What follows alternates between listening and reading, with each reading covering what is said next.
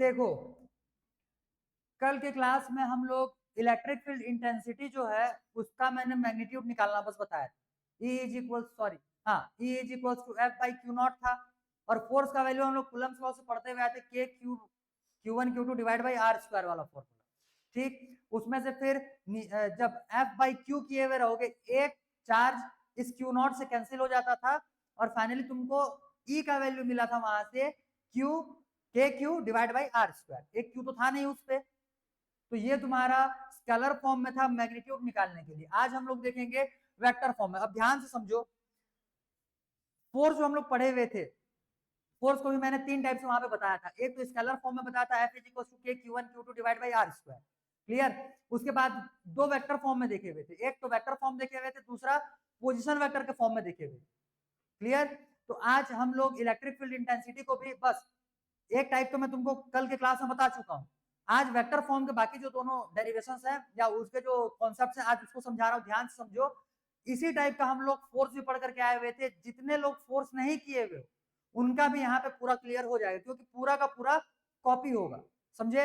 यहाँ पे बस हम लोग एक एक क्यू लेते हुए चलेंगे इलेक्ट्रिक फील्ड इंटेंसिटी में, और वहां पे दो क्यू होते। ठीक, देखो आगे। तो आज के लिए हेडिंग लगा लो electric field intensity in vector form.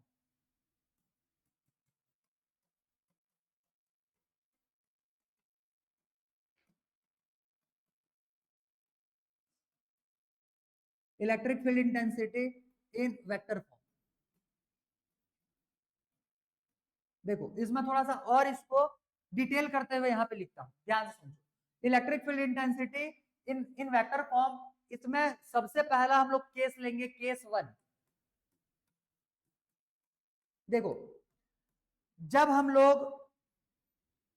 लोग इलेक्ट्रोस्टैटिक फोर्स के बारे में पढ़े हुए थे तो उसमें जो दो चार्जेस लिए हुए थे वो दोनों के दोनों चार्जेस कैसे थे? पॉइंट चार्जेस थे। ठीक, दोनों ही अपने अराउंड या अपने आसपास में इलेक्ट्रिक फील्ड क्रिएट करते थे। ठीक, लेकिन जब इलेक्ट्रिक फील्ड इंटेंसिटी की बात करते हैं तो इसमें एक चार्ज को हमको पॉइंट चार्ज लेना रहता है जो अपने आसपास में क्या क्रिएट करेगा? Electric field. और दूसरा चार्ज जो होता है वो टेस्ट चार्ज होता है जिसका की वैल्यू हम लोग नेग्लिजिबल मानते हैं, उसका इलेक्ट्रिक फील्ड भी हम लोग नहीं मानते हैं। इतना क्लियर था? आगे देखो। तो वैसे ही केस 1 हम लोग ले रहे हैं, इसमें इलेक्ट्रिक फील्ड इंटेंसिटी में हमारे पास कितने पॉइंट चार्ज है? सिर्फ और सिर्फ एक। ठीक, तो हम लोग पहले केस में when point charge is at origin, सीधा लिखो when point charge is at origin. देखो अगर पॉइंट चार्ज को ओरिजिन पे रखेंगे तब के केस में सबसे पहला मैं थ्री डायमेंशनल मतलब कि तीन डायमेंशन का कार्टेशियन प्लेन यहाँ पे बना रहा हूँ। देखो ध्यान से, ये हो गया, सॉरी थ्री डायमेंशन का ये हो जाएगा स्पेस। क्लियर। ये हो जाएगा एक्स एक्सिस, ये हो जाएगा वाई एक्सिस, ये हो जाएगा जेड एक्सिस। अब यहाँ पे ये जो पॉइंट है ये हो जाएगा ओरिजिन। ओरिजिन में हम लोग मान करके चलो चार्ज रखे हुए हैं क्यू, ये वही पॉइंट चार्ज है जो अपने अराउंड में क्या करता है? एक इलेक्ट्रिक फील्ड क्रिएट करता है। यहाँ से आर डिस्टेंस पे, यहाँ से आर डिस्टेंस पे कोई सा एक पॉइंट है, मान लो पॉइंट ए है, यहाँ पे चार्ज रखा हुआ है क्यू नॉट, मतलब वही टेस्ट चार्ज जिसके बारे में हम लोग पढ़ते हुए आए। क्लियर। तो इस चार्ज क्यू के वजह से, इस पॉइंट चार्ज क्यू के वजह से यहां पर इस पॉइंट ए पर या फिर इस पॉइंट ए पर रखे हुए चार्ज क्यू नॉट पे इलेक्ट्रिक फील्ड का इंटेंसिटी क्या होगा ये हमको बताना है। स्केलर फॉर्म में देख चुके हैं कि किसी भी एक पॉइंट चार्ज की वजह से किसी एक डिस्टेंस पे रखे हुए पॉइंट पर इलेक्ट्रिक फील्ड का intensity K q divide by are square होता है। डिस्टेंस होना चाहिए आर का। ठीक, अब हम लोग जब वेक्टर फॉर्म में पढ़ रहे हैं तो ध्यान से समझो, यहां से यहां तक का ये हो जाएगा डिस्प्लेसमेंट वेक्टर, इसको हम लोग रिप्रेजेंट करेंगे आर वेक्टर से। ठीक, और यहां से यहां का जो डायरेक्शन हो जाएगा ये हो जाएगा आर कैप। ये क्या हो जाएगा? Are cap. क्लियर इतना? अब जब ओरिजिन पे है तब के केस में इसका फॉर्मूला क्या बनेगा? ध्यान से देखो, E इक्वल टू ये हो जाएगा vector of force divide by Q not, और फोर्स इन दोनों चार्जेस पे लगने वाला फोर्स कैसा होगा? कूलम्ब्स लॉ से इसको बना लो तो क्या आ जाएगा यहाँ से? K Q naught divide by are square और whole divide by Q naught से क्यू नॉट कैंसिल, और इसको वेक्टर फॉर्म में लिखना है तो वेक्टर फॉर्म में यहाँ पे क्या आ जाएगा? ये आर कैप। ये तो हो गया मैग्नीट्यूड, साथ में डायरेक्शन भी दिखाना था तो डायरेक्शन दिखाने के लिए हम लोग यहाँ पे जोड़ दिया आर कैप। क्लियर हुआ ये? आगे देखो, इसी को आगे बनाएंगे तो ये हो जाएगा K q divide by are square. तो ये आर स्क्वायर को मैं वेक्टर फॉर्म में ही लिख देता हूँ यहाँ, ध्यान से समझो। ये हो जाएगा वेक्टर आर का मॉड होल स्क्वायर, ठीक। और आर कैप का आर कैप यहाँ पे लगा, आर कैप को आप फिर रिप्लेस करेंगे किससे? Vector r divide by mod of vector r से। ये समझ में आया? क्लियर हुआ? ये हो जाएगा vector r divide by mod of vector r. कौन से फॉर्मूले से आया बोलने से? ए कैप को हम लोग vector A divide by mod of vector A लिखते हैं, पिछले में भी हम लोग इसको देखे हुए थे, ठीक। अब यहाँ से इसको आगे सॉल्व कर दो, ये हो जाएगा K q divide by mod of vector r का क्यूब, और यहाँ से हो जाएगा ये वेक्टर आर। ये आ जाएगा तुम्हारा electric field intensity in vector form. कब? जब पॉइंट चार्ज को ओरिजिन पे लिया गया, ठीक है, जब पॉइंट चार्ज को ओरिजिन पे लिया गया है। उतारो जल्दी, हो गया सबका? देखो यहां से अब आगे बढ़ते हैं, ध्यान से देखो। ये तो हम लोग तब की बात करते हैं, तब की बात कर रहे थे जब पॉइंट चार्ज जो था वो उसको ओरिजिन पे लिए हुए थे। अब दूसरा एक केस आएगा जिसमें हम लोग जो पॉइंट चार्ज है ओरिजिन पे ना रह करके ये स्पेस के किसी भी एक पॉइंट पे रहने वाला होगा, और साथ साथ स्पेस के ही किसी दूसरे पॉइंट पे हम लोग इलेक्ट्रिक फील्ड इंटेंसिटी का वैल्यू निकालेंगे। क्लियर? बोलने का मतलब यहाँ पे ये है कि जो दो पॉइंट्स हम लोग लेने वाले हैं, एक तो क्यू का पॉइंट, दूसरा क्यू नॉट का पॉइंट, दोनों ही ओरिजिन पे प्रेजेंट नहीं होंगे, ठीक। समझ में आया इतना? अब जब दोनों ही प्रेजेंट नहीं होंगे तो उसको भी सॉल्व करने का तरीका ध्यान से समझ लो, क्योंकि सेम वैसा ही हम लोगों ने फोर्स के लिए भी किया हुआ था। हालांकि मैंने फोर्स के लिए बहुत जल्दी में बता दिया था और एक छोटा सा वहां पे मिस्टेक कर दिया, तो उस मिस्टेक को भी यहाँ पे बताऊंगा कि उसको जो नहीं सुधारे रहोगे उसको सुधार लेना, ठीक है। और बाकी इसको तो फिर सही तरीके से करने वाले। देखो आप आगे, तो when point charge is not at origin,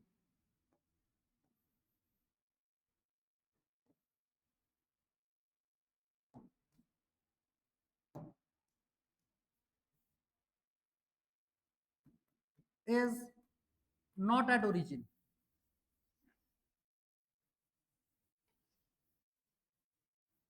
देखो इसको रिप्रेजेंट कैसे करते हैं वेक्टर्स को, ध्यान से समझो, क्योंकि वेक्टर्स यहीं पे यही टॉपिक था तुम्हारे मतलब कि प्रीवियस क्लास में, क्लास 11th में। उसी को नहीं समझे हुए हो करके ये सारा चीज तुम्हारे आधे से आधे लोगों का तो दिमाग के ऊपर से निकल जाता है, ठीक। यही वेक्टर्स वहां पे पढ़े हुए, उन्हीं चीजों को फिर से देखो ध्यान से। ये ले लिया हम लोगों ने एक स्पेस, अब दो डिफरेंट पॉइंट्स लेंगे, एक ले लिया हम लोगों ने ये पॉइंट ए और दूसरा ले लिया हम लोगों ने ये पॉइंट बी। इस पॉइंट पे मान लो वही पॉइंट चार्ज है जिसका कि इलेक्ट्रिक फील्ड एक्सपीरियंस करने वाला होगा यहाँ का चार्ज। क्लियर? तो यहाँ पे हम लोग ले लेते हैं ये Q और यहाँ पे ले लेते हैं हम लोग Q नॉट। इतना इतना समझ में आ गया? अब देखो इसको कैसे देखते हैं, ये है ओरिजिन, ओरिजिन से मान लो इसका जो पोजीशन वेक्टर है ये है R1, वेक्टर R1, ठीक। तो इसका डायरेक्शन क्या हो जाएगा? R1 cap. क्लियर हुआ? क्लियर हुआ? ओरिजिन से हम लोग देख रहे हैं उसका डायरेक्शन, ठीक। आगे देखो, यहां से ये इसका जो डिस्प्लेसमेंट वेक्टर हो जाएगा इसको एज्यूम कर लो R2 वेक्टर। इसका डिस्प्लेसमेंट वेक्टर कितना है ओरिजिन से? R2 vector. अब इसका जो डायरेक्शन हो जाएगा ये क्या हो जाएगा? R2 cap. क्लियर? ठीक है इतना? अब देखो हमको देखना है इसके वजह से इस वाले पॉइंट पे इलेक्ट्रिक फील्ड इंटेंसिटी कितना है। तो हम लोगों को यहां से लेकर के यहां तक का ये जो डिस्प्लेसमेंट होगा, इस डिस्प्लेसमेंट को हम लोग रिप्रेजेंट करेंगे R12 से, वेक्टर R12 से। और फोर्स के टाइम पे मैंने इसी का रिप्रेजेंटेशन को उल्टा लिखवा दिया था, ये R12 वेक्टर R12 को तुमको vector R2 minus vector R1 लिखना है। वहां पे मैंने इसको R1 माइनस R2 करवा दिया था, ठीक। तो उसको नहीं सुधारे हुए हो तो सुधार लेना। और यहाँ पे ये जो वेक्टर R12 गया हुआ है यहां से यहां जा रहे हैं, फाइनल माइनस इनिशियल करते हैं, ये पोजीशन कौन सा? R2 वेक्टर का। यहाँ वाला कौन सा हो जाएगा? R1 का। तो फाइनल माइनस इनिशियल, तो R2 माइनस R1। समझे? क्लियर हुआ? इतने में कोई डाउट नहीं? अब आगे इस केस में जब हम लोग इसका फॉर्मूला लिखेंगे या डेरिवेशन बनाएंगे तो देखो ध्यान से, वेक्टर E इक्वल टू वही vector F divide by Q not तो होगा। मैं वो स्टेप्स और नहीं लिख रहा, मैं सीधा लिख रहा हूं K Q naught divide by R12। ये अभी E1 ही निकाल रहे हैं या E ही मान लो, एक ही तो है इसमें, हम लोग को दोनों के लिए तो निकालना नहीं है। E इज इक्वल टू ये R12 वेक्टर इसका मॉड का स्क्वायर। ये समझ में आया? ये हम लोगों ने उन दोनों के बीच का डिस्प्लेसमेंट या डिस्टेंस ले लिया, इसके वजह से इसमें निकाला तो इनके बीच का डिस्टेंस लेंगे, समझे? ये चार्ज के वजह से इस वाले चार्ज पे हम लोग इलेक्ट्रिक फील्ड का इंटेंसिटी निकाल रहे हैं, तो डिस्टेंस भी इन्हीं दोनों के बीच का होना चाहिए, और ये दोनों का डिस्टेंस कितना है r12। अब आगे देखो, यहां से फिर जब इसको, ये तो हो गया इसका मैग्नीट्यूड, अब दिखाएंगे इसमें डायरेक्शन, तो ये क्या हो जाएगा r12 का कैप। क्लियर? क्लियर हुआ? अब इसको हम लोग एक्सपेंड करेंगे, तो एक्सपेंड कैसे करेंगे देखो ध्यान से, K Q naught divide by ये हो जाएगा वेक्टर r12 का स्क्वायर, और इसको क्या लिखेंगे vector r12 divide by mod of vector r12 का mod. Clear? Mod of vector r12, ये समझे? ये स्क्वायर है, एक टर्म और इस पे मल्टीप्लाई हो रहा है, तो ये क्या हो जाएगा क्यूब बन जाएगा, तो अब इसको हम लोग क्यूब के फॉर्म में लिखते हैं, ये हो जाएगा K Q naught divide by यहाँ पे ये हो जाएगा वेक्टर r12, ठीक, ये ब्रैकेट है मॉड नहीं है, और नीचे में आ जाएगा ये वेक्टर r12 का मॉड और ये होल क्यूब। यहां तक में कोई डाउट? समझ में आ गया? आगे अब इसी को थोड़ा सा और एक्सपेंड करके लिखेंगे, तो ये हो जाएगा के क्यू नॉट, के क्यू नॉट, और ये r12 को क्या लिख सकते हैं vector r2 minus vector r1, ठीक, और डिवाइड बाई यहां पे क्या आ जाएगा vector r2 minus vector r1 mod cube. समझ में आया? तो ये दो डिफरेंट पोजीशंस थे, ठीक, जहां पे हमारा टेस्ट चार्ज है और जहां पे हमारा पॉइंट चार्ज है, दोनों ही ओरिजिन पे नहीं है, दोनों का ओरिजिन से अलग अलग डिस्प्लेसमेंट वेक्टर है, तब के केस में ये वाला फॉर्मूला यूज करोगे, समझे? ठीक, तुमको जैसे प्रीवियस में मतलब कि प्रीवियस वाला जो टॉपिक था फोर्स वाले में एक क्वेश्चन भी करवाए थे, दो अलग अलग पोजीशंस पे पॉइंट बने हुए थे, वहीं पे हम लोगों ने चार्जेस लिए हुए थे और उनके बीच का फोर्स निकाला था, ठीक, तब के केस में भी सेम कॉन्सेप्ट वहां पे भी यूज किया गया। आया बात समझ में इतना? चलो इतने को उतारो जल्दी फटाफट, जल्दी लिखो। अच्छा के क्यू नॉट लिख दिए क्या? वेट वेट, ये क्यू नॉट नहीं है, ये क्यू है, के क्यू, ये क्यू नॉट नहीं है ना,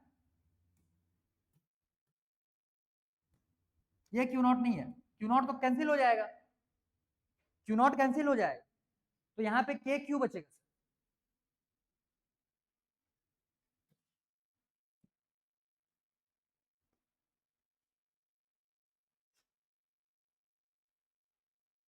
जिसका फोर्स भी कॉन्सेप्ट गड़बड़ाया रहेगा यहीं से उसको कनेक्ट करने की कोशिश करो, जिसका वो भी क्लियर है ये तो और बढ़िया तरीके से समझ में आया हुआ रहेगा। हो गया क्या?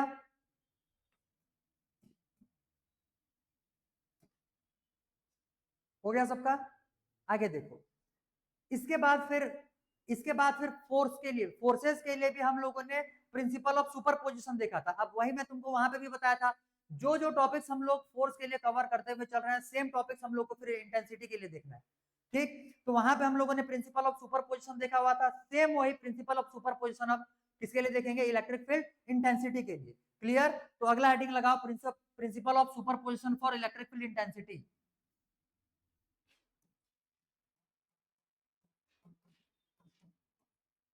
प्रिंसिपल ऑफ सुपरपोजिशन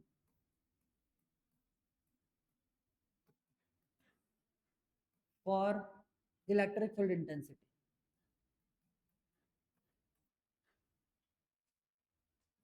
तो इसको मैं और यहाँ पे डिफाइन नहीं कर रहा, ठीक, क्योंकि डेफिनेशन इसका जो है वो प्रॉपरली हम लोगों ने फोर्स के लिए लिखा हुआ है, वही डेफिनेशन तुमको इधर भी चिपकाना है। वहां पे फोर्स के लिए लिखे हुए थे, यहाँ पे किसके लिए लिखोगे? इलेक्ट्रिक फील्ड इंटेंसिटी के लिए। वहां पे क्या लिखे हुए थे कि किसी भी एक, जब पूरा सिस्टम n पार्टिकल्स का बना हुआ रहेगा, पूरा सिस्टम अगर n पार्टिकल्स का बना हुआ रहेगा, मान लो ये हो जाएगा क्यू नॉट चार्ज, ये वाला मान लो यहाँ पे Q1 चार्ज, यहाँ पे मान लो ये Q2 चार्ज, यहाँ पे मान लो ये Q3 चार्ज, ठीक, ऐसे करते हुए Qn चार्जेस है।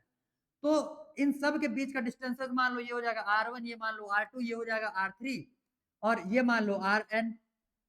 अब एक के वजह से किसी एक स्पेसिफिक पॉइंट पे इलेक्ट्रिक फील्ड इंटेंसिटी का जो फॉर्मूला होता है वो K Q1 divide by R square, इसके लिए, ठीक, Q1 पॉइंट चार्ज की वजह से Q0 पे लगने वाले इलेक्ट्रिक फील्ड इंटेंसिटी का formula K Q1 divide by R1 square. इतना समझ में आया? अगर इंडिविजुअली Q2 के लिए देखेंगे तो इसके लिए फॉर्मूला क्या हो जाएगा? K Q2 divide by R2 square. इसके लिए इंडिविजुअली देखेंगे तो क्या हो जाएगा, K q three divide by r three square. ठीक, अब इन सभी को कंबाइंड फॉर्म में अगर हम लोग देखना चाहें कि इन सभी चार्जेस की वजह से इस स्पेसिफिक पॉइंट पे इलेक्ट्रिक फील्ड का इंटेंसिटी कितना है, नेट इलेक्ट्रिक फील्ड इंटेंसिटी कितना है, क्लियर। तब के केस में ये हो जाएगा electric field intensity due to this charge, ठीक, plus due to this charge plus due to this charge, ऐसे करते हुए सारे चार्जेस का। लेकिन इनका जो सम होता है वो वेक्टर सम होता है। सम क्या हो जाएगा, वेक्टर सम। शॉर्ट में अगर लिखना चाहेंगे तो ये हो जाएगा यहां से E net equal to vector E1 plus vector E2, ऐसे करते हुए ये वेक्टर En। क्लियर, फॉर्मूला इसका सेम वही। इसके लिए फॉर्मूला क्या हो जाएगा, vector K Q one divide by R one square, इसके लिए K Q two divide by R two square, उसके लिए K Q N divide by R N square. ठीक, तो इस टाइप से इसी को, और अगर तुमको, हालांकि इसका डेरिवेशन नहीं पूछा जाता क्योंकि प्रिंसिपल ऑफ सुपरपोजिशन तो हमको लगभग ये स्टैटिक इलेक्ट्रिसिटी के सारे टॉपिक्स के लिए देखना है, ठीक है। तो अगर यहां से इसका डेरिवेशन पूछेगा तो सभी का तो डेरिवेशन सेम है, सारे टॉपिक्स में किए हुए रहते हैं, तो जनरली यहां से न्यूमेरिकल्स पूछे जाते हैं। अगर इसको डिराइव करने के लिए दिया गया बोर्ड में, ठीक, अगर इसको बोर्ड में डिराइव करने के लिए दिया गया तब के केस में ये तो लिखोगे ही लिखोगे, लेकिन इस फॉर्म में छोड़ना नहीं है उसको। इसके बाद फिर ये इलेक्ट्रिक फील्ड इंटेंसिटी, ये तो डायग्राम बना लोगे साइड में, इसके बाद फिर सारे को इलेबोरेट करके एक्सपेंड करके लिखोगे, E1 की जगह पे के Q1, ठीक, वेक्टर फॉर्म में।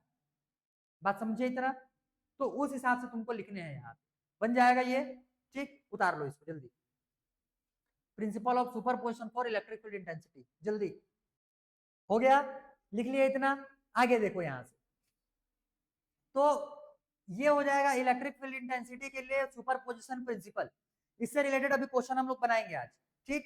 अब ध्यान दो, एक मतलब कि इसी से रिलेटेड एक टॉपिक और लिखो जल्दी, force on a charge present in an electric field, ठीक, किसी भी एक चार्ज के ऊपर में फोर्स। तो यही फॉर्मूला हम लोग डिराइव करके आए हुए थे, ध्यान से देखो। E का फॉर्मूला क्या होता है, E is equals to F divide by Q naught या Q, यही होता है ना। अब अगर देखेंगे यहां से फोर्स, तो फोर्स इज इक्वल्स टू क्या हो जाएगा, force is equals to Q E, ये है फॉर्मूला तुम्हारा फोर्स, किसी भी चार्ज पे लगने वाला फोर्स जब वो किसी एक इलेक्ट्रिक फील्ड में रखा हुआ। कौन सा, कोई दिक्कत नहीं है, तो फोर्स उसी क्यू नॉट पे लग रहा था ना, यहाँ पे हम लोग फॉर्मूला बनाने के लिए उसको क्यों लिख दिए। अगर उसको यहाँ पे क्यू नॉट लेते तो फोर्स किस पे लगता, क्यू नॉट पे लगता। मैं यहाँ पे क्यू लिया हुआ हूं तो फोर्स किस पे लगेगा, क्यू पे लगेगा, लिखे, ये समझे। अब देखो F इज इक्वल टू यहाँ से तो ये क्यू ई हो गया। अब जहां पे भी तुमको फोर्स पूछा जाएगा वहां पे ये फॉर्मूला यूज करो, ठीक। जनरली हम लोग ये फॉर्मूला देख करके आए हुए रहते हैं, लेकिन फिर भी यहाँ से हम लोग को फोर्स का फॉर्मूला दिमाग में घूमता नहीं है। ये फॉर्मूला जब भी देखो तुमको कैसा लगेगा, इलेक्ट्रिक फील्ड इंटेंसिटी का फॉर्मूला लगेगा। और जहां पे भी फोर्स का फॉर्मूला तुमको यूज करना रहेगा तब तुम्हारे दिमाग में ये फॉर्मूला तब तक नहीं आएगा जब तक ये फोर्स को अलग से तुम नहीं पढ़े हुए रहोगे, समझे, ठीक है। तो ये फॉर्मूला हम लोग अच्छे खासे क्वेश्चन सॉल्व करने के लिए कल करने वाले हैं। आज तो बहुत ही बेसिक क्वेश्चन एक आध दो मैं करवाऊंगा जो कि सुपरपोजिशन प्रिंसिपल से ही रिलेटेड है, और वैसे ही एप्लीकेबल होगा जैसे कि हम लोगों ने सुपरपोजिशन प्रिंसिपल फोर्स के लिए अप्लाई किया हुआ, ठीक। तो जितने भी क्वेश्चन मैं यहाँ पे करवाऊं आज, क्लियर, उसको ध्यान से समझ लेना, क्योंकि सुपरपोजिशन प्रिंसिपल सेम वही तुमको अप्लाई करना है, किसके लिए बोलने से, कूलम्स लॉ में, जो फोर्स के लिए हम लोग यूज किए हुए थे फॉर्मूला उनके लिए, ठीक है। आगे देखो, तो ये लिख लिए क्या, ये लिख लिए। आगे अब देखो, हम लोगों ने पिछले क्लास में force due to continuous charge distribution देखा था, और मैं तुमको बोला था कि ये तो फोर्स देख रहे हैं, सेम वैसे हम लोग देखेंगे electric field intensity due to continuous charge distribution. कल का टॉपिक जो किए हुए थे वो अच्छे से समझ में आ गया था, अच्छे समझ में आ गया था, पूरा फॉर्मूला भी डिराइव किए हुए थे, यहाँ लास्ट में मैंने लिखा हुआ था, और इंटीग्रेशन के अंदर में मैं क्यू नॉट लिखा हुआ था और बोला था कि क्यू नॉट को बाहर निकाल सकते हो, ठीक। तो आज हम लोग वहीं से फॉर्मूले को और आगे बढ़ाएंगे। तो अगला हेडिंग लगाओ, electric field intensity due to continuous charge distribution.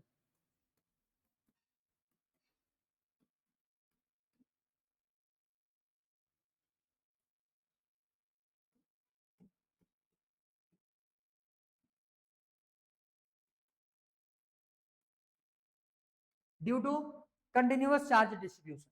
ठीक है, तो हम लोगों ने चार्ज डिस्ट्रीब्यूशन से तीन चीजें पढ़ा हुआ था। ठीक, क्या क्या पढ़े हुए थे? एक linear density, linear charge density, surface charge density और वॉल्यूम चार्ज डेंसिटी। इन्हीं तीनों के बेसिस पे हम लोगों ने डीक्यू निकाला हुआ था तीनों के लिए।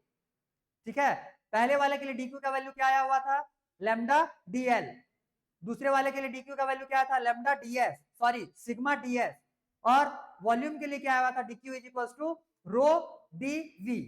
ठीक है, वहां पे लिखे हुए थे। और उसके लिए फिर हम लोगों ने फोर्सेस देखा था due to linear charge expansion या लीनियर चार्ज डिस्ट्रीब्यूशन, एक सरफेस एरिया वाला चार्ज डिस्ट्रीब्यूशन या एरियल चार्ज डिस्ट्रीब्यूशन, और तीसरा वॉल्यूम चार्ज डिस्ट्रीब्यूशन। तीनों को फॉर्मुलेट करके भी लिखा हुआ था, मैं तीनों को यहाँ पे वापस से लिख रहा हूँ, ध्यान से देखो क्या क्या था। Due to continuous charge distribution, पहला लीनियर, दूसरा एरिया वाइज, ठीक, और तीसरा वॉल्यूम। तो इसके लिए फोर्स जो आया हुआ था, फोर्स का वैल्यू क्या आया हुआ था? के क्यू नॉट, फिर अंदर में लैम्डा डीएल, वहां पे डीएक्स लिए हुए थे वो एक्स डिस्टेंस के लिए, तो वो डीएल ले लिए अभी, यहाँ पे लेंथ एक्चुअली एल मान करके चलेंगे तो डीएल ले लिया अभी। ठीक है, तो ये हो जाएगा K Q not lambda DL, कोई डाउट इसमें? ये फोर्स का वैल्यू आया हुआ है। वैसे ही एरिया के लिए क्या हो जाएगा? एफ इज इक्वल्स टू, यहां से ये लीनियर के लिए निकाल रहे हैं, F is equals to K Q not साथ में सिग्मा डीएस। ठीक, और नीचे में भी कुछ था ना, एक्स स्क्वायर, इसमें आ जाएगा एक्स स्क्वायर ले लिए, इसमें भी एक्स स्क्वायर ले लिए, ये एस के लिए हो रहा है। इसके लिए फोर्स का value F is equals to K Q naught rho dv और डिवाइड बाई एक्स स्क्वायर, ये था वॉल्यूम के लिए। क्लियर? तो ये तो तीनों के लिए फोर्सेस आ गए। अब फोर्स के बाद हम लोग इलेक्ट्रिक फील्ड इंटेंसिटी कैसे निकालते हैं? फोर्स डिवाइडेड बाई जो कौन सा test charge, force divide by test charge. तो यहां से electric field intensity E is equal to हो जाएगा K Q naught integration of lambda dl divide by x square, और ये लीनियर इंटीग्रेशन हो रहा है। तो यहां से और डिवाइड बाई फिर क्या आ जाएगा? यहां से क्यू नॉट डिवाइड बाई क्या आ जाएगा? Q not. क्यू नॉट से क्यू नॉट कैंसिल, बचेगा क्या यहाँ पे? के लीनियर इंटीग्रेशन, ये हो जाएगा lambda dl divide by x square. Clear? वैसे इसमें भी क्यू नॉट कैंसिल हो जाएगा क्यू नॉट से, इसमें भी क्यू नॉट कैंसिल हो जाएगा क्यू नॉट से। इसके फॉर्मूला में डायरेक्ट लिख रहा हूं, देखो ध्यान से। E इज इक्वल टू हो जाएगा के integration of sigma DS divide by x square, और इसके लिए E का वैल्यू हो जाएगा के इंटीग्रेशन ऑफ रो डीवी और डिवाइड बाई एक्स स्क्वायर। समझे? ठीक है, उतारो। ऊपर के फोर्स तक का तो डेरिवेशन किए हुए थे हम लोग, ये मैं भी तुमको एक्स्ट्रा करवाया हुआ है, क्योंकि सीबीएसई का जो सिलेबस आया हुआ है, सिलेबस में इसको continuous charge distribution for electric field intensity नहीं दिया हुआ है। कंटिन्यूअस चार्ज डिस्ट्रीब्यूशन सिर्फ फोर्स के लिए दिया हुआ, तो फोर्स हम लोगों ने निकाला ही है। साथ ही साथ अगर आगे चलकर कुछ क्वेश्चंस में भी इसका यूज होने वाला है, इस वजह से इसको देख लिया हम। ठीक हो गया सबका? आगे बढ़ते हैं हम यहाँ से। देखो, तो इतने में से हम लोगों ने इलेक्ट्रिक फील्ड इंटेंसिटी से रिलेटेड जितने भी टॉपिक्स थे वो कवर कर लिए। एक तुम्हारा और बचा हुआ है, ठीक है, उसको मैं आज नहीं करवाऊंगा, क्योंकि उससे रिलेटेड हम लोग को न्यूमेरिकल्स भी करने हैं। कल थोड़े से बढ़िया लेवल के न्यूमेरिकल्स करेंगे, तो कल तुमको न्यूमेरिकल्स करवाने से पहले वो टॉपिक करवाएंगे, उसके बाद फिर वहां से आगे बढ़ेंगे। टॉपिक है क्या बोले, हालांकि वो टॉपिक तुम्हारे बुक में भी नहीं दिया हुआ है, लेकिन उससे रिलेटेड तुम्हारे एग्जाम्पल में क्वेश्चन दिया हुआ है। समझे? और ये हो गया क्या पूरा?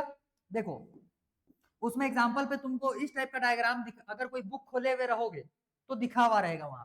इस टाइप से दो लाइन बनाया है, एक प्लस प्लस प्लस ऐसे लिखा हुआ है, ऊपर में यहाँ पे माइनस माइनस माइनस करके लिखा हुआ है, यहाँ से इलेक्ट्रिक फील्ड इंटेंसिटी का लाइन ऐसे बनाया है, और फिर यहाँ से कोई एक इलेक्ट्रॉन को इधर से इधर पास करवा रहा है, और इससे रिलेट करके कुछ एक क्वेश्चन पूछा हुआ है। ये तुम्हारे एग्जाम्पल का क्वेश्चन, समझे?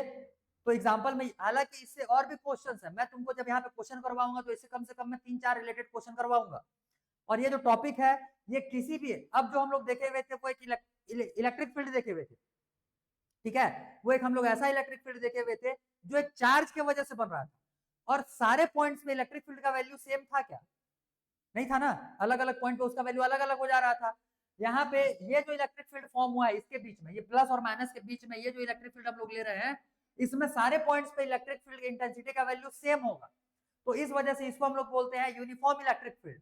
तो किसी भी यूनिफॉर्म इलेक्ट्रिक फील्ड में किसी दूसरे चार्ज के मोशन को कैसे हम लोग देखते हैं, ये हम लोग को देखना है कल के टॉपिक में। एक्चुअली इसमें क्या देखेंगे, ध्यान समझ लो, थोड़ा मोड़ा टॉपिक तुम्हारे दिमाग में भी रहना चाहिए। ये इलेक्ट्रॉन है, ठीक है, कल तुमको मैं बताया था कि इलेक्ट्रिक फील्ड जो प्रोड्यूस होता है वो कौन से चार्ज से होता है, प्लस चार्ज से, और किसमें जाकर के टर्मिनेट होता है, नेगेटिव चार्ज, ठीक, या फिर इंफिनिटिव में, या तो नेगेटिव चार्ज में टर्मिनेट होगा या फिर जाकर के इंफिनिटिव में। तो यहाँ पे ये पॉजिटिव और नेगेटिव चार्जेस तुमको दिख रहे होंगे, इलेक्ट्रिक फील्ड ऐसे बना हुआ है, क्लियर। तो यहाँ पे समझो ध्यान से, ये इलेक्ट्रॉन जब इधर से जाएगा तो वो किधर, वो सीधा निकल जाएगा, नीचे आएगा, ऊपर जाएगा, किधर जाएगा,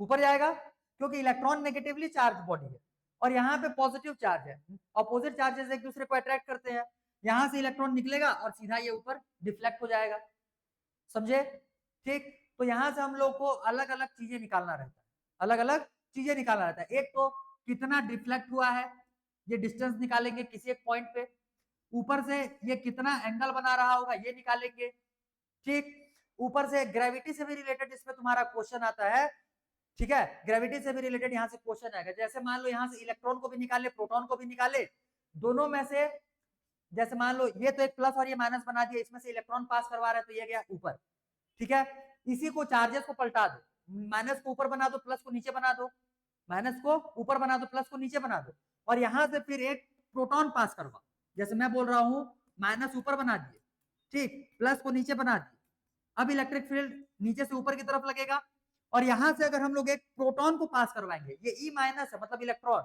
ये ई प्लस ले लो, पॉजिट्रॉन या प्रोटॉन कुछ भी ले लो, इसको जब पास करवाओगे तो ये भी ऐसे ऊपर की तरफ जाएगा, ठीक।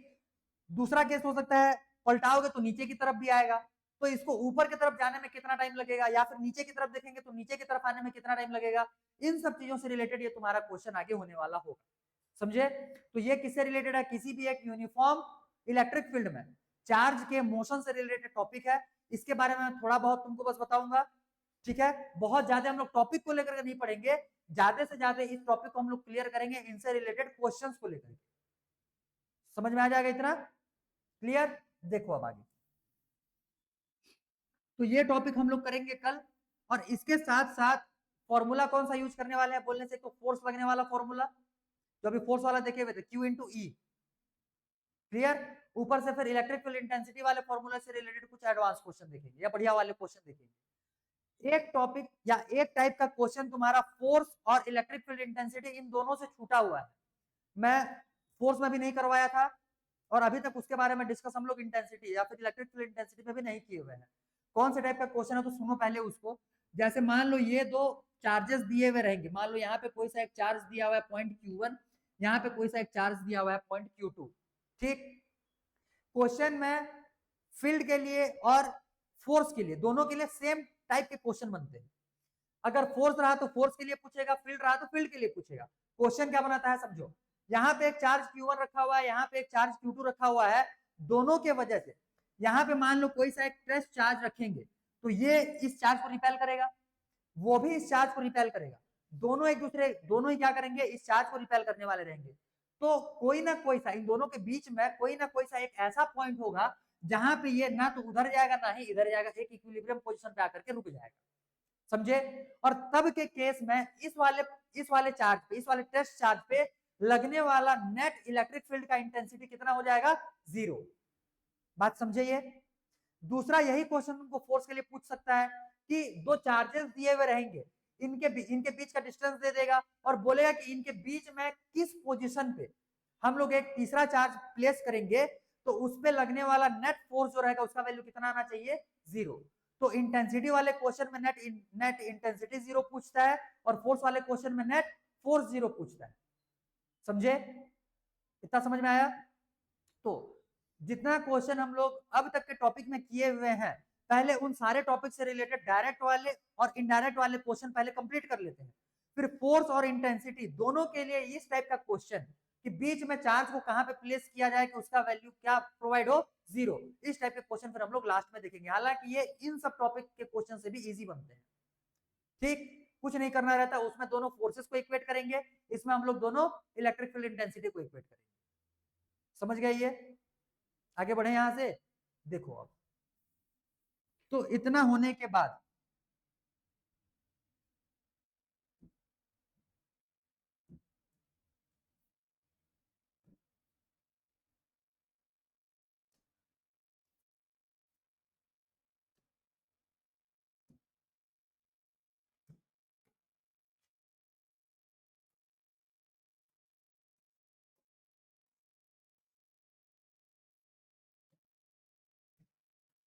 देखो, पहले क्वेश्चन को रीड करो बढ़िया से, पहले क्वेश्चन को आराम से पढ़ो और समझने का कोशिश करो क्वेश्चन क्या बोल रहा है। पढ़ लिए? कुछ समझ में आया? नहीं? देखो, अब देखो ये क्वेश्चन को मैं यहाँ पे सॉल्व कर रहा हूँ, ध्यान से समझना स्टेप बाय स्टेप। पहले तो हम लोग इसको, इसमें से क्वेश्चन में डायरेक्टली ये पूछा हुआ है, तुम ये क्वेश्चन पहले कहाँ से है ये समझ लो, ये है प्रिंसिपल ऑफ सुपरपोजिशन, किसके लिए बोलने से, इलेक्ट्रिक फील्ड इंटेंसिटी के लिए, ठीक है, उसी का क्वेश्चन है, उसी को हम लोगों को यहाँ से आगे कंटिन्यू करना है। देखो, इलेक्ट्रिक फील्ड इंटेंसिटी के लिए हम लोगों को देखना था किसी भी पॉइंट के लिए जिस पॉइंट पे इंटेंसिटी पूछ रहा है, नेट इलेक्ट्रिक फील्ड इंटेंसिटी उस फील्ड के लिए कितना होगा, उसके आसपास के चार्जेस की वजह से। क्वेश्चन में क्या बोल रहा है, ये एक इक्विलेटरल ट्रायंगल है, यहां से लेकर के ये पॉइंट ओ तक के बीच का जो डिस्टेंस है कितना लिया हुआ है, आर, कितना लिया है ये, आर। तीनों ही पोजीशन पे कौन सा चार्ज रखा हुआ है, क्यू चार्ज रखा हुआ है।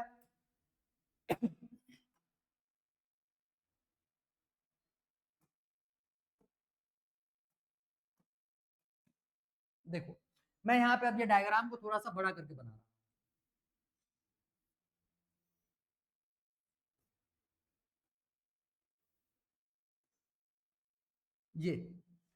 ये ठीक। अब देखो आगे, यहाँ पे एक चार्ज रखा हुआ है क्यू, यहाँ पे एक चार्ज रखा हुआ है क्यू, यहाँ पे एक चार्ज रखा हुआ है क्यू, सेंटर में इसका पॉइंट है ओ, ठीक। बोल रहा है सेंटर के पॉइंट ओ पे तीनों ही चार्जेस की वजह से लगने वाले इलेक्ट्रिक फील्ड इंटेंसिटी का वैल्यू क्या होगा। बोलने का मतलब इस पॉइंट पे नेट इलेक्ट्रिक फील्ड इंटेंसिटी हम लोग को निकालना है, नेट इलेक्ट्रिक फील्ड इंटेंसिटी। तो ध्यान से समझो, सबसे पहला तो पहले हम लोग इन दोनों चार्जेस की वजह से यहाँ पे लगने वाला इंटेंसिटी निकाल लेते हैं। क्लियर? इसको मान लो पॉइंट ए, लिखा है, हाँ लिखा ही है, ये पॉइंट ए, ये पॉइंट बी और ये पॉइंट सी। क्लियर? सबसे पहला हम लोग निकाल रहे हैं electric field intensity at point O due to charge Q placed at A, ठीक। तो इसको पहले लिखेंगे, तो मैं एकदम शॉर्ट में लिख रहा हूं, समझ जाओगे। यहां पे मैं लिख रहा हूं ई ई ए, ई ए बोलने का मतलब पॉइंट ओ पे, ए पॉइंट पे रखे हुए चार्ज की वजह से लगने वाले इलेक्ट्रिक फील्ड इंटेंसिटी का वैल्यू, समझे। तो ई ए यहां से क्या आ जाएगा, के चार्ज का वैल्यू है q divide by are square, distance r दे दिया है क्वेश्चन में ही, ठीक। अब देखो यहां से ई बी निकालते हैं, ई बी। और एक एक चीज, इसका डायरेक्शन भी तुमको यहाँ पे बताना पड़ेगा, तो ध्यान से समझो, ये आगे जाएगा, ठीक है। मैं इसको कुछ एक पॉइंट का नाम और दे देंगे, और ये आगे जाएगा, इसको मान लो एम, इसको मान लो एन, और इसको मान लो पी। क्लियर? बीच में है ओ। अब इसको लिखेंगे, ये कौन सा डायरेक्शन में हो जाएगा, अलोंग, किधर जा रहा है, ओ एम, ठीक। दूसरा ई बी, पॉइंट बी पे रखे हुए चार्ज की वजह से ओ पॉइंट पे इलेक्ट्रिक फील्ड का इंटेंसिटी कितना हो जाएगा, K q divide by are square, same ये वही। और ये क्या हो जाएगा, अलोंग किधर, ओ एन, ठीक। अब ध्यान दो, यहीं पे एक चार्ज जा रहा है उस साइड में, एक चार्ज जा रहा है इस साइड में, ठीक। बोलने का मतलब एक चार्ज गया ऐसे और दूसरा चार्ज आया ऐसे, मैं इसको ऐसे बना दिया। क्लियर? तो एक वेक्टर का डायरेक्शन हो गया वो, दूसरे वेक्टर का डायरेक्शन हो गया ये, तो इसका रिजल्टेंट वेक्टर किधर से जाएगा, दोनों के बीचों बीच से जाएगा, ऐसे। क्लियर? तो एक वेक्टर ये गया, दूसरा वेक्टर ये गया, तो रिजल्टेंट किधर जाएगा, ऊपर। रिजल्टेंट किधर जाएगा, ऊपर। किधर हो जाएगा, अलोंग ओ सी, अलोंग ओ सी, ठीक। तो पहले हम लोग ये इन दोनों का रिजल्टेंट निकाल लेते हैं। इस चार्ज के लगने वाले का इंटेंसिटी यहाँ पे के क्यू बाई आर स्क्वायर था और डायरेक्शन उधर, इसके वजह से भी सेम मैग्नीट्यूड लेकिन डायरेक्शन इधर, और इन दोनों के बीच में एंगल कितने का है इसको पहले ध्यान से समझो। ये एंगल, ये क्वेश्चन में इक्विलैटरल ट्रायंगल बोला है, तो ये पूरा एंगल कितने का होगा 60 डिग्री का, तो ये आधा एंगल कितने का होगा, ये 30 डिग्री का हो गया। ठीक, ये 30 डिग्री का सेम कॉन्सेप्ट यहाँ पे लगाओगे तो ये भी 30 डिग्री का हो गया, ये 30 डिग्री, ये 30 डिग्री, और ट्रायंगल में ये वाला एंगल कितने का होगा, ये ट्रायंगल तीनों का सम 180 होता, ये 30 ये 30 कितना हो गया 60, 120 बचा, तो इसका वैल्यू हो जाएगा 120 डिग्री, और ये इसके वर्टिकली अपोजिट एंगल है तो इसका वैल्यू भी कितना हो जाएगा 120 डिग्री। समझ में आया ये? तो इन दोनों का रिजल्टेंट का एंगल, सॉरी इन दोनों ही वेक्टर्स का एंगल कितना डिग्री का बन रहा है 120 डिग्री का। कोई डाउट इसमें? नहीं? आगे देखो, तो हम लोग निकालेंगे इन दोनों का रिजल्टेंट। इन दोनों के रिजल्टेंट को मैं यहाँ पे वेक्टर E1 से रिप्रेजेंट किया, ठीक है। आगे देखो, vector E1 is equals to vector EA plus vector EB। अब इन दोनों का वेक्टर सम जब निकालते हैं, इन दोनों का जब वेक्टर सम निकालते हैं तो क्या लिखेंगे इसको, अंडर रूट क्या हो जाएगा ये EA का स्क्वायर प्लस EB का square plus 2 EA EB cos कितना डिग्री 120 डिग्री। समझ में आया ये? पिछले क्लास में मैंने तुमको cos 120 का वैल्यू बताया था, कितना होता है, कितना होता है, कितना होता है पीछे cos 120, cos 120 सिंपल -1/2, तो cos 120 का वैल्यू वहां पे -1/2 हो जाएगा। अब सारे वैल्यूज को यहाँ पे रखेंगे तो देखो ध्यान से, अंडर रूट क्या आ जाएगा ये, इसके लिए ये KQ1 क्या था KQR स्क्वायर का होल स्क्वायर, इसका भी क्या हो जाएगा KQR स्क्वायर का होल स्क्वायर। तो देखो ध्यान से, ये KQ divide by R square और ये होल स्क्वायर, मैं अब वेक्टर हटा दिया और मॉड को भी हटा दिया, ऐसे ही एक काम करते हैं, उधर ही बनाते हैं, वेट यहाँ पे स्पेस कम हो जाएगा।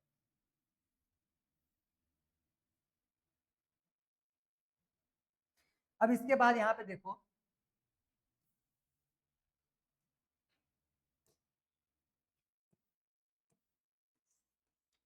इसके बाद इसको सॉल्व करेंगे, EA EB इनके वैल्यूज यहाँ पे पुट करें, क्या हो जाएगा ये E1 equal to under root EA का value KQ divide by R square और ये whole square plus KQ divide by R square और ये होल स्क्वायर माइनस, मैं सीधा माइनस लगा दिया क्योंकि cos 120 का वैल्यू माइनस में आता है, तो यहाँ पे माइनस लग जाएगा तो मैं डायरेक्ट यहाँ पे माइनस लगा दिया, और 2 भी कैंसिल हो जाएगा। ठीक है, लिखूं, जान लोगे ना तुम लोग, वो एक स्टेप बना लेना और वहां से 2 को कैंसिल कर लेना। देखो तो ये हो जाएगा फिर KQ divide by R square into KQ divide by R square. ये समझ में आया? ये समझ में आया? यहाँ पे चलो लिख ही देते हैं, ये 2 और इंटू 1/2, ये 2 से ये 2 कैंसिल हो जाएगा। अब देखो ध्यान से, ये KQ divide by R whole square, R square whole square, ये KQ divide by R square whole square, और यहाँ पे भी ये क्या हो जाएगा KQ divide by R square whole square, ये माइनस में, ये माइनस में और ये प्लस में, तो दोनों कैंसिल हो जाएंगे और बचेगा तुम्हारा खाली एक टर्म। समझे? समझे ये? तो यहाँ पे खाली क्या बच रहा है, is equals to under root KQ divide by R square का होल स्क्वायर, स्क्वायर और रूट भी कैंसिल हो जाएंगे, तो यहाँ पे मैग्नीट्यूड, एक काम करो वेट, हाँ तो ये हो जाएगा E1 के लिए, यहां से E1 इक्वल टू कितना आ गया KQ divide by R square along किधर OC। समझे? समझे इतना? दूसरा देखो EC बोलने का मतलब C के वजह से पॉइंट इस पे, क्योंकि इन दोनों का तो हम लोग निकाल चुके, इनका रिजल्टेंट भी निकाल चुके, अब EC निकाल लेते हैं। EC इक्वल टू क्या हो जाएगा KQ divide by R square, ये भी आएगा और इसका डायरेक्शन अलोंग ओपी,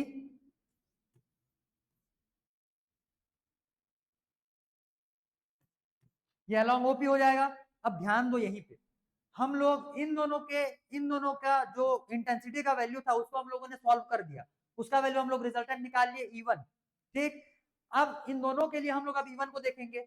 अब तो ये EA और EB नहीं देखना ना हमको, क्योंकि उन दोनों का रिजल्टेंट निकाल चुके, तो अब हमारे काम का E1 है। E1 का मैग्नीट्यूड कितना, KQ divide by R square, और डायरेक्शन किधर, ऊपर की तरफ। दूसरा चार्ज कौन सा बचा है, EC, मतलब C पे रखा हुआ चार्ज यही बचा था। इसका मैग्नीट्यूड कितना आया, KQ divide by R square, जितना इसका आया था उतना ही इसका आ गया, और डायरेक्शन दोनों का अपोजिट, ये नीचे जा रहा है तो वो ऊपर की तरफ जा रहा है, और दोनों का मैग्नीट्यूड सेम। ठीक, जितना नीचे की तरफ इंटेंसिटी हो रहा है उतना ही इंटेंसिटी ऊपर की तरफ, तो दोनों एक दूसरे को कैंसिल आउट करेंगे कि नहीं करेंगे, करेंगे ना। तो finally E net equal to क्या हो जाएगा, यहां से E1 vector E1 plus vector EC, और दोनों का डायरेक्शन अपोजिट है, तो एक नेगेटिव में जाएगा और दूसरा पॉजिटिव में, और दोनों एक दूसरे को कैंसिल आउट कर देंगे, और वैल्यू कितना आ जाएगा वहां पे, वैल्यू 0। इसको ऐसे लिख सकते हो, equal to vector E1 minus vector E1, एक vector E1 plus minus vector E1। अब नीचे में उसका तुमको रीजन देना पड़ेगा कि EC जो है, EC ये क्या है, माइनस ऑफ E1 है, मैग्नीट्यूड में सेम और डायरेक्शन में अपोजिट, मैग्नीट्यूड में सेम और डायरेक्शन में अपोजिट। क्लियर, लिखो। अब ये समझ में आया क्या पूरा, इसमें समझ में आया, इसमें कोई डाउट है क्या, चलो यहाँ पे इसका रीजन लिखना है ना तुमको, इसका रीजन तुमको यहाँ पे लिखना है, ये वो क्यों आया है, एज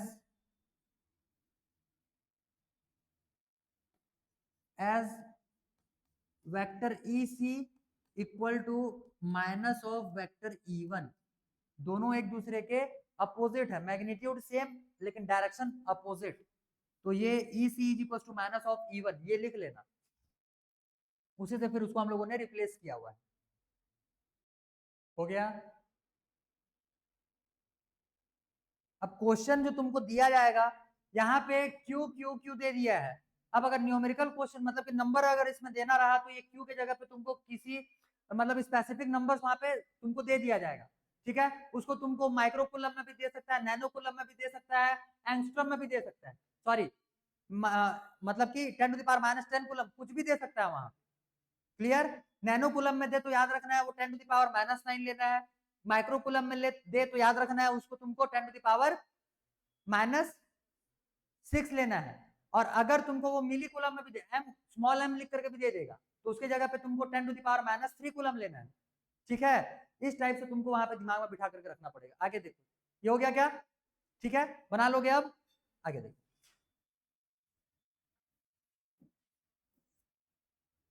देखो ये क्वेश्चन एक बार पढ़ो ध्यान से, पढ़ लिए, पढ़े, समझ में आया कुछ। इस वाले क्वेश्चन के लिए डायग्राम ड्रॉ करने की कोशिश करो,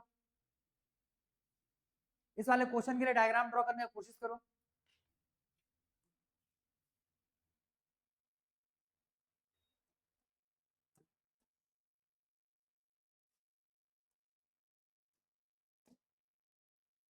देखो क्वेश्चन में एक स्क्वायर लिया हुआ है,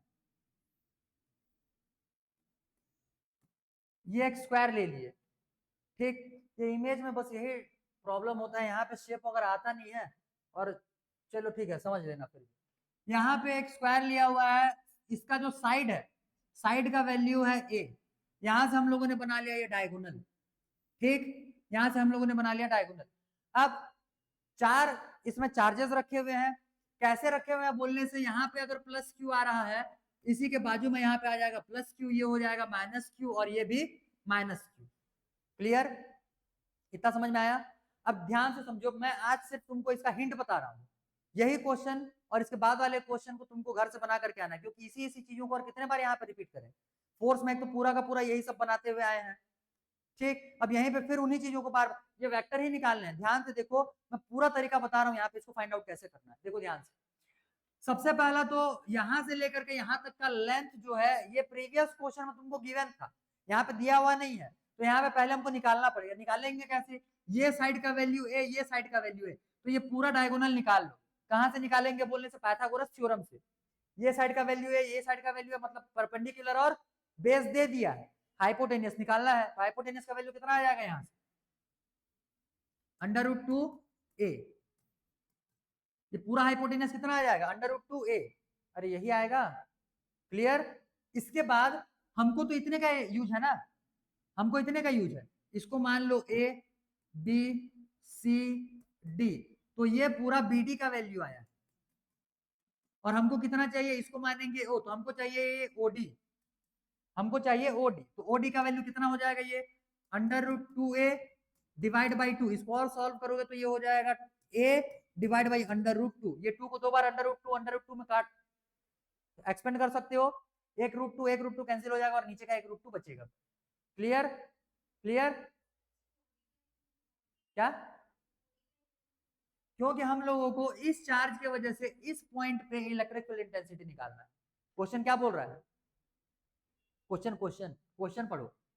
क्वेश्चन में बोल रहा है 4 charges are placed at the corners of a square of side A. Find the magnitude and direction of the electric field at the center of the square. Center मतलब O पॉइंट पे, square का centre यही O point होगा।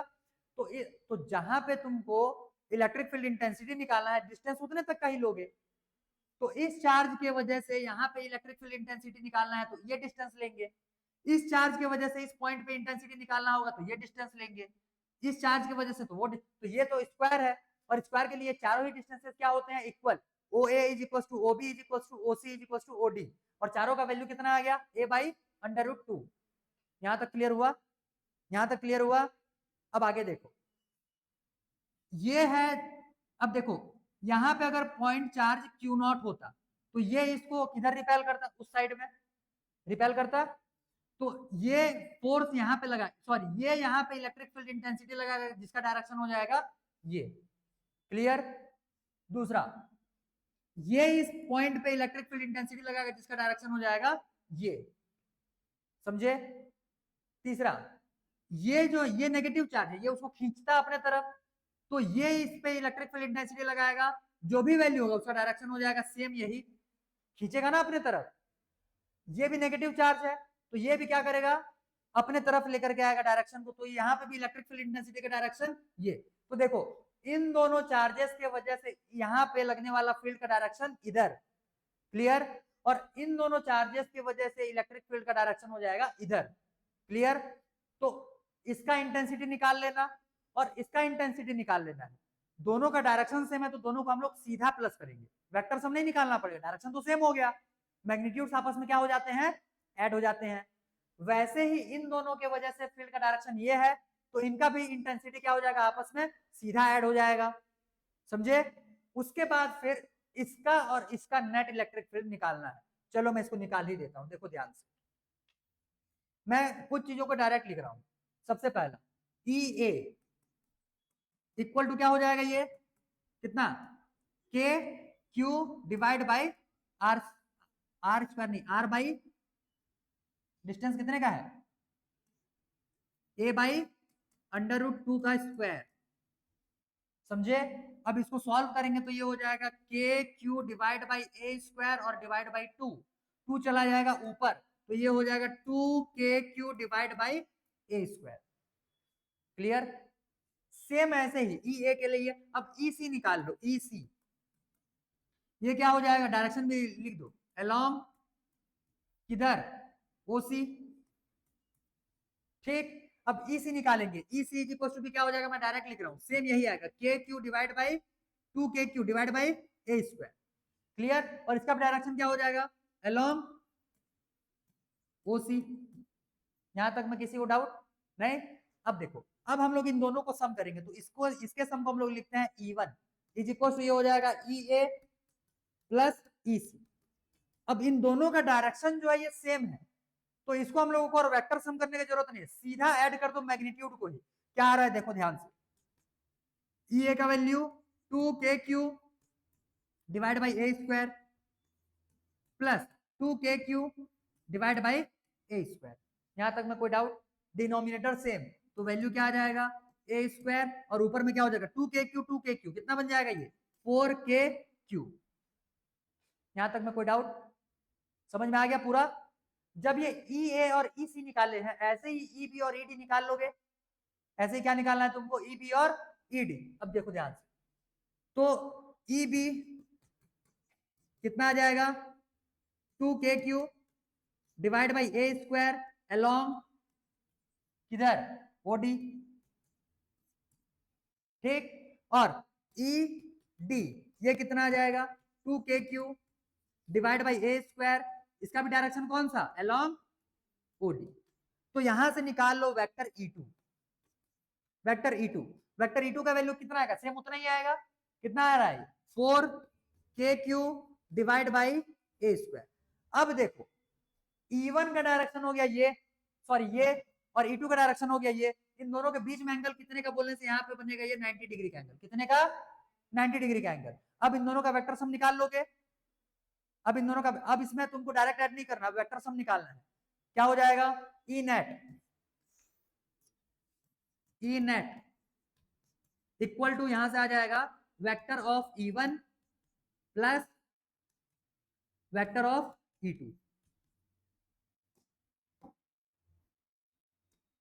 ये समझे? अब इसको कैसे सॉल्व करोगे? Equal to under root E1 का स्क्वायर प्लस E2 का square plus 2 E1 E2 cos theta. cos कितना डिग्री आएगा?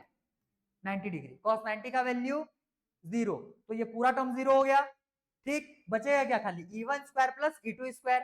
क्या क्या बचेंगे? E1 square plus E2 square. Value लिख दो यहाँ पे।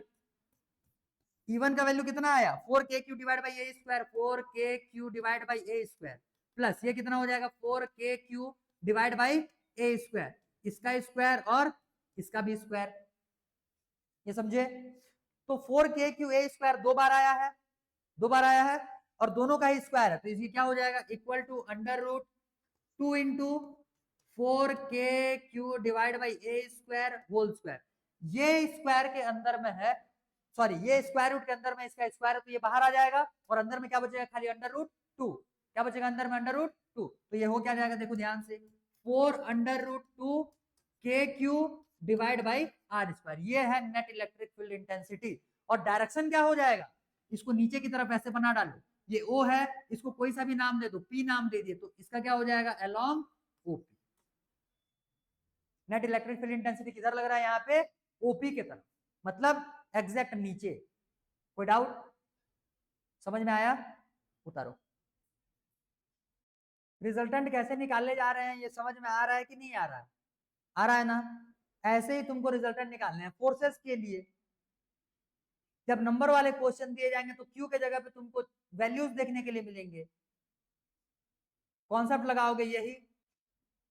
क्लियर? तो ये क्वेश्चन समझ में आ गया होगा इतने में। ये क्वेश्चन समझने के बाद अब देखो, एक क्वेश्चन में तुमको बस दिखा रहा हूं, ये तुमको घर से बनाना है। एक काम करो, तो मैं क्वेश्चन आज भेज भी नहीं पाऊंगा, 3 लाइन का, फटाफट नोट डाउन करो, इसको लिखो, क्वेश्चन ही छाप लो,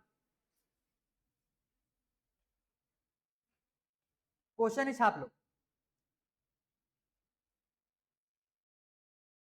लिखे? लिखे? अब देखो, यहां तक मैं तुम लोगों को, एक तो ऑफलाइन वाले जितने हो, तुमको तो सारे क्वेश्चन व्हाट्सएप पे भी भेज दिए जाएंगे, मतलब ग्रुप में भेज दिए जाएंगे। ठीक, और जितने क्वेश्चंस तुमको मैंने होमवर्क दिया हुआ, जितने क्वेश्चन तो मैंने यहाँ पे करवाया है वो सब तो ठीक है, बाकी जितने क्वेश्चन तुमको होमवर्क दिया गया है, सारे सारे टॉपिक्स कवर होने के बाद सबसे लास्ट में एक वीडियो में बना दूंगा तुम्हारे लिए। एक वीडियो तब बनाया जाएगा और उसमें तुम्हारे जितने भी होमवर्क वाले क्वेश्चन थे सबको मैं एक ही वीडियो में सारा सॉल्यूशंस मैं तुमको प्रोवाइड कर दूंगा। क्लियर? सारा सॉल्यूशन तुमको एक ही वीडियो में प्रोवाइड हो जाएगा।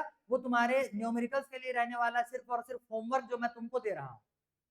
ठीक, क्लियर हो गया इतना? चलो, तो आज के लिए इतना ही करते हैं। अब यहां से आगे के टॉपिक्स को हम लोग कल कंटिन्यू करेंगे।